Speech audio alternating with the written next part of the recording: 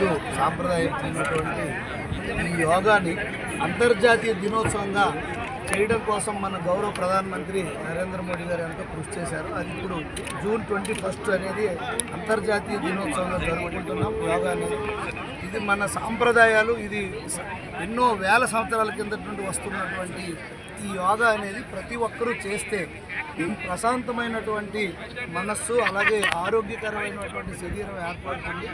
So దీనివల్ల మంచి సమాజాన్ని ఏర్పాటు అవడానికి కృషి అవుతుందంటే రేపు రాబోయే 21 జూన్లో గౌరవ ప్రధానమంత్రి వర్యులు అలాగే గౌరవ ముఖ్యమంత్రి వర్యులు వైజాగ్లో వచ్చి 5 లక్షల మందితో చేయడం జరుగుతుంది. దాంట్లో భాగంగా రాష్ట్ర వ్యాప్తంగా ఈ యోగా ఆంధ్ర ఉత్సవాలు జరుగుతున్నాయి. దాంట్లో భాగంగా ఈరోజు గౌరవ కలెక్టర్ గారు స్వప్నిల్ దినకర్ గారి ఆధ్వర్యంలో మత్స్యకారులకు కూడా ఈ యోగాను అందించాలి, అన్ని వర్గాల వారికి అందించాలి.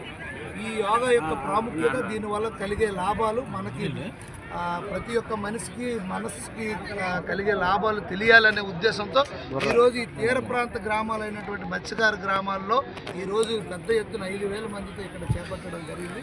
ఈ సందర్భంగా గౌరవ ప్రధానమంత్రి వారికి అలాగే ముఖ్యమంత్రి వారికి శ్రీ నారా చంద్రబాబు నాయుడు గారికి హృదయపూర్వక ధన్యవాదాలు తెలియజేసుకుంటూ ఈ కార్యక్రమాన్ని ఈ నియోజకవర్గంలో ఇక్కడ శ్రీకాకుళం రూరల్ మండలం పెద్దగనగలవారిపేటలో పెట్టించినందుకు కలెక్టర్ గారికి అలాగే జిల్లా యంత్రాంగాన్ని అందరికి కూడా నేను హృదయపూర్వక నమస్కారాలు ధన్యవాదాలు తెలియజేసుకుంటూ మీడియా మిత్రులకు కూడా అందరికీ మా యొక్క హృదయపూర్వక నమస్కారాలు ధన్యవాదాలు తెలియజేసుకుంటూ సెలవు.